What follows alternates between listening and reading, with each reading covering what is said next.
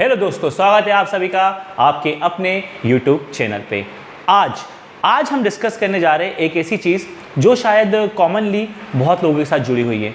जब आप मैथ्स का पेपर सॉल्व करके आते हैं तो आपने एक चीज़ देखी होगी, और मैंने ये टॉपिक पर वीडियो बनाने का मेरा रीज़न ये है क्योंकि एग्ज़ाम का टाइम चल रहा है और एग्ज़ाम के टाइम काफ़ी बच्चों के ऊपर काफ़ी प्रेशर होता है कि कैसे वो पेपर में लिखे ताकि उन्हें अच्छे मार्क्स मिले और वो अपने एग्ज़ाम को क्रैक कर पाए, आगे बढ़ पाए, टॉप कर पाए। बहुत सारी चीज़ें हैं। अब क्या होता है, कुछ बच्चे कैसे होते हैं जो बहुत अच्छा लिखते हैं, जिनको पेपर बहुत अच्छा समझ में आता है, पूरा लिख कर आते हैं, फिर भी उनके मार्क्स कट जाते हैं। तो कुछ बच्चे ऐसे होते हैं जिनको मैथ्स एक हवा टाइप से लगता है। अब वो सोचते हैं कि हम क्या लिखें कि हम बस पास भर हो जाए।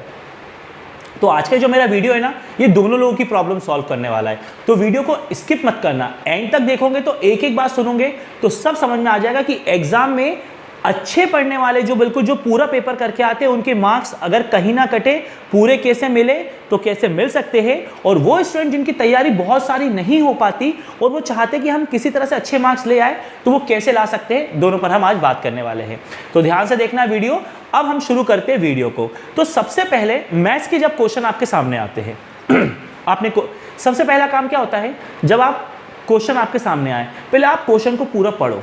सबसे पहले हमारी आदत क्या होती है, हम क्वेश्चन को पूरा पढ़ते नहीं है। हम कोचिंग जाते हैं या कहीं इंस्टीट्यूट्स वगैरह में जाते हैं, जब हमें बताया जाता है कि हम ये फलाना क्वेश्चन करने वाले हैं, तो हम लोग की आदत क्या होती है, नॉर्मल स्टूडेंट्स की आदत क्या होती है, स्टूडेंट्स की ये आदत होती है कि जैसे मान लो चैप्टर नंबर 3 का 3.4 एक्सरसाइज का कोई सम है, तो वो उस एक्सरसाइज के सम को वो टॉपिक से याद रखते हैं। फॉर एग्जाम्पल मैं आपको बताना चाहूंगा कि मान लो द्विघात सूत्र विधि के सवाल है, क्वाड्रिक फार्मूला वाले क्वेश्चन है। अब स्टूडेंट्स क्या करते हैं, उन्हें पता है यार इसमें तो क्वाड्रिक इक्वेशन का फार्मूला लगना ही लगना है, तो जो लैंग्वेज वाले क्वेश्चन आते हैं वो उस पर ध्यान ही नहीं देते हैं। बस उन्होंने सीधे बोला अरे यार इसमें तो यही सूत्र लगना है, फटाफट सवाल को पूरा पढ़ते भी नहीं है और पूरा सॉल्यूशन करने लग जाते हैं। यहीं पर आप गलत हो जाते हो। लैंग्वेज वाले क्वेश्चन यानी कि जिसमें क्वेश्चन जो लिखा होता है थ्योरी वाला क्वेश्चन होता है, लैंग्वेज वाला क्वेश्चन होता है, इबारत वाले क्वेश्चन जिसे अपन बोलते हैं, सबसे पहला काम पता है आपको क्या करना चाहिए, कभी भी उस क्वेश्चन को पूरा पढ़ना चाहिए। क्योंकि क्वेश्चन को पढ़ने के दो फायदे होते हैं। क्वेश्चन को पूरा पढ़कर हमें यह समझ में आ जाता है सबसे पहले कि उस क्वेश्चन में हमें एक्चुअल में क्या करना है, पहली चीज ये। और दूसरी बात, उसी क्वेश्चन में इतनी चीजें होती है जिसे आप अच्छे से एक्सप्लेन करके लिखेंगे तो कॉपी चेक करने वाले पर आपका इंप्रेशन बहुत अच्छा पड़ेगा, और जब इंप्रेशन अच्छा पड़ेगा तो वो आपको पूरे मार्क्स देगा, फिर आपके मार्क्स कहीं नहीं काटेगा। कभी आप 4 नंबर का क्वेश्चन करके आए लेकिन कभी आपको मिले 3, कभी आपको मिले 2 है, कभी मिला 3.5, मान लीजिए आपका आधा नंबर भी कट रहा है। अब ऐसे 4-5 क्वेश्चन आपने आधे नंबर वाले कटवा दिए, जहां आपको पूरे मार्क्स मिल सकते हैं वहां आधा और 1 नंबर भी क्यों कटे। अगर ऐसे ही नंबर कटते रहे तो आप यकीन सोचिए टोटलिंग आते आते तब क्या 8, 10, 12 मार्क्स तो वैसे कम हो जाते हैं। यानी 75 नंबर का पेपर करने वाला स्टूडेंट फाइनल में उसके हाथ कितने 60, 55, वो यही सोचता है मैंने तो पूरा पेपर अटेंड करके आया था, फिर मेरे मार्क्स कैसे कम हो गए। तो आपके मार्क्स कम होने का रीजन ये होता है कि आप क्या करते हैं, क्वेश्चन को पर्टिकुलर पढ़ते नहीं और सिर्फ सॉल्यूशन धड़ाधड़ करके आ जाते हैं। अक्सर कोचिंग वाले भी इन चीजों पर ध्यान नहीं देते हैं कि बच्चे को लिखने का तरीका कैसे सिखाया जाए, या अगर वो सिखाते हैं तो शायद आप उसको प्रॉपर तरीके से फॉलो नहीं करते। उसे फॉलो करना बहुत जरूरी है। अब जो बच्चे लोवेस्ट है, जो बच्चे मान लीजिए उनको लग रहा है ये सब मैं कैसे ही करूंगा, नहीं कर पाऊंगा, अरे तो आप वो सवाल छोड़ रहे हैं ना, तो उस सवाल को छोड़ना क्यों है, आपसे सॉल्यूशन नहीं बन रहा है ना, तो उस सवाल के अंदर इतनी चीजें हैं जिसे आप बस बोर्ड पे लिख के बता दो। सवाल के अंदर से बड़ी चेक करने वाला पूरा सवाल ना काटकर आपको कम से कम 1 नंबर तो देगा ही देगा, 100% देगा आपको 1 नंबर। आपको 1 मार्क्स मिलना तय है। क्यों तय है, क्योंकि वो उसमें आपने इतना लिखा है कि वो आपके सवाल को पूरा काट नहीं सकता। अब आप सोचो, जिस सवाल में आपको 1 भी नंबर नहीं मिल रहा है, वहीं अगर आपको 1 नंबर मिल जाता है तो इससे अच्छी बात क्या होगी, सोच के देखिए, है ना पॉइंट वाली बात। फॉर एग्जाम्पल आपके सामने कैसे क्वेश्चन आ रहा है, आप कैसे करिए। मान लीजिए आप एक सवाल कर रहे हैं, है ना, पहले मैं हिंदी में बोलता हूं। आपने करा कि किसी बेलन का क्षेत्रफल 308 है, किसी बेलन का क्षेत्रफल 308 है, इसकी ऊंचाई 4 सेंटीमीटर है, और किसी बेलन का क्षेत्रफल 308 है, इसकी ऊंचाई 4 सेंटीमीटर, इसकी त्रिज्या निकालिए। मान लीजिए आपको ये क्वेश्चन नहीं आ रहा है, पहले तो मैं उनकी बात करता हूं जिसको ये क्वेश्चन नहीं आ रहा है, तो आप क्या करेंगे, सबसे पहले उसने बोला था बेलन का क्षेत्रफल, तो आप लिख के बता देंगे कि साहब बेलन का क्षेत्रफल दिया है 308 मीटर स्क्वायर, बेलन की ऊंचाई देके रखी है 4 मीटर, और हमको निकालनी है बेलन की त्रिज्या बराबर क्वेश्चन मार्क। अब मान लीजिए आपको ये सवाल नहीं आ रहा है सॉल्व करना, नहीं आ रहा है ना, छोड़ दो, क्या कर सकते हैं, नहीं आ रहा है तो मैं ये, हालांकि मैं ये कभी इस बात को सजेस्ट नहीं करूंगा कि छोड़ो, पर आपको नहीं आ रहा है तो भैया मार्क्स पूरे क्यों दे रहे हो? आप उस क्वेश्चन की इतनी जानकारी लिख कर आए, मैं आपको 100% गारंटी दे रहा हूं, कॉपी चेक करने वाला आपको 1 या आधा मार्क्स तो देगा ही देगा, देगा ही देगा, काटेगा नहीं। तो जो सवाल में आपको एक भी नंबर नहीं मिल रहा था, वहां अगर आधा नंबर भी मिल रहा है तो क्या बुरा है भाई, आधे आधे करके ही तो नंबर अपने जुड़ेंगे ना। अब बात आती है उनकी जिनको सब कुछ आता है लेकिन उनका यही आधा एक नंबर कट जाता है, तो आपका रीजन ही ये होता है, आप क्या करते हैं, आप क्वेश्चन के इंफॉर्मेशन नहीं लिखते हैं। आपको दिया कि त्रिज्या निकालनी, आपने सीधे बेलन का क्षेत्रफल यानी कि एरिया ऑफ सिलेंडर लगाया, 308 रखा, फॉर्मूला रखा यार 2 पाई RH, 308 रखा, वैल्यू रखी और सॉल्व करना शुरू कर दिया। भाई ये क्यों कर रहे हो? ऐसा करोगे तो आपके नंबर मिलेंगे। अगर आपको टीचर सवाल समझाएगा और टीचर आपसे कहेगा कि बेटा ऐसे ऐसे ऐसे ऐसे ऐसे करना, तब तो आपके दिमाग में बात जाएगी। अगर आपने उन बातों को डायरेक्ट जाके, अगर वो टीचर उठा के सीधे सवाल आपको सॉल्व करके बता दे तो आपके दिमाग में सवाल घुसेगा क्या? वैसे कॉपी चेक करने वाले के पास लाखों कॉपी आती है। जितना आप अच्छे से क्वेश्चन के बारे में लिखकर आएंगे, जितना अच्छा लिखकर आएंगे, ट्रस्ट मी, विश्वास रखिए, आपकी कॉपी उतने अच्छे से चेक होगी। अब जिसका आप सिर्फ सॉल्यूशन करने जा रहे हैं उसके बारे में आप थोड़ा लिख देंगे ऐसा, तो वो आपको पूरे मार्क्स देगा। अगर वो कहीं आधे नंबर काट भी रहा होगा ना तो वो नहीं काटेगा, वो आपको पूरे मार्क्स देगा। तो पहला तरीका ये है, अगर आप इस चीज को फॉलो करते हैं तो आपके नंबर कभी नहीं कटने वाले। अब आते हैं हम इसके दूसरे टॉपिक पर कि और नंबर बच्चे कहां गवा देते हैं। अब मान लीजिए इसी क्वेश्चन में आपको निकालनी थी त्रिज्या और आपने आखिरी में त्रिज्या निकाल दी। अब आपका मान लो त्रिज्या आया 8, आपकी रेडियस आई 8। अब क्या होता है, इन सवालों में सेंटीमीटर मीटर होते हैं। आपका पूरा सवाल मीटर में चल रहा था लेकिन आपने आखिरी में क्या करा, r बराबर 8 लिखा, आंसर लिखा और कॉपी छोड़कर आगे बढ़ गए। सवाल 4 नंबर का था, कॉपी चेक करने वाले पूरा सर उसने देखा रहे, उसने आपको 4 में से उसका मन हुआ तो 3.5 दिए या उसका मन हुआ तो 3 दिए। आप सोच रहे होंगे काहे के काटे?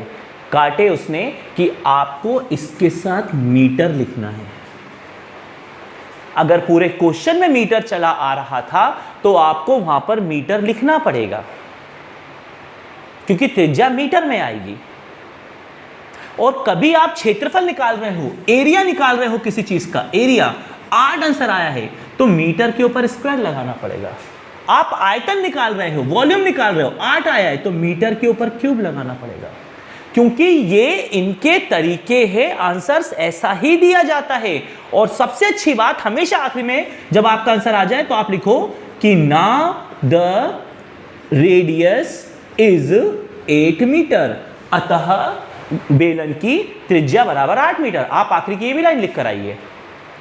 आप क्वेश्चन को कंप्लीट करिए ताकि कॉपी चेक करने वाला आपकी पूरा सवाल पढ़कर इतना इंप्रेस हो जाए कि उसको नंबर काटने का मौका ही ना मिले, वो आपको पूरे मार्क्स दे, तब तो जाके आपको नंबर मिलेंगे। अब जहां पर क्षेत्रफल निकालना है आप वहां मीटर लिख कर आ गए, आपका आधा नंबर कटना पक्का है। भाई आखिरी में आंसर आया तो इस पर स्क्वायर लगता है तो इस पर स्क्वायर लगाइए, आयतन में क्यूब लगता है, वॉल्यूम में तो क्यूब लगाइए। इनके नंबर कटते हैं।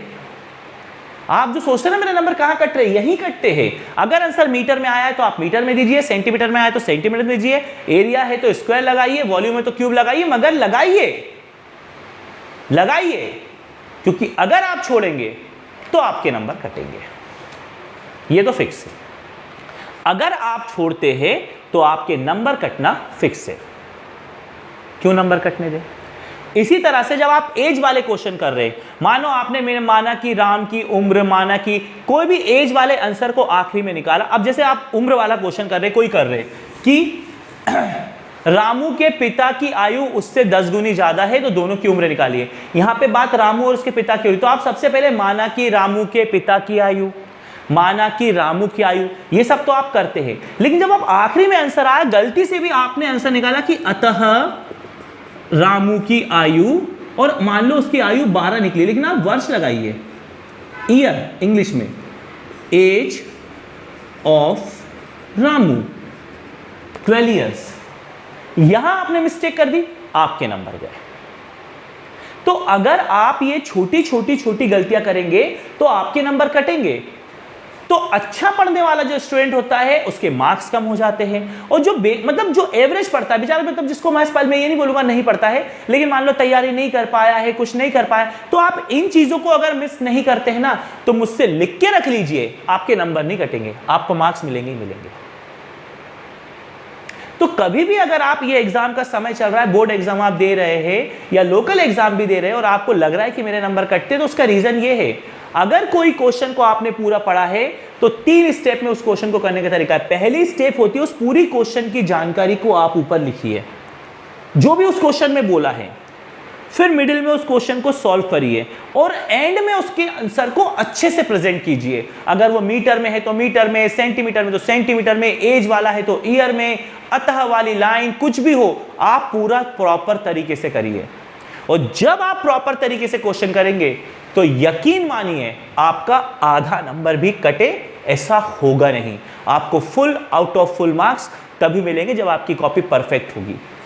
तो कोई टॉपर स्टूडेंट हो या कोई एवरेज स्टूडेंट हो या जो नहीं पढ़ रहा हो, अगर सबके लिए ये गलतियां बहुत मायने रखती है, टॉपर्स के नंबर कटवा देती है, तो वहीं जहां कोई कुछ नहीं कर पा रहा है, अगर वो इतना करके आता है तो उसको मार्क्स मिल जाएंगे।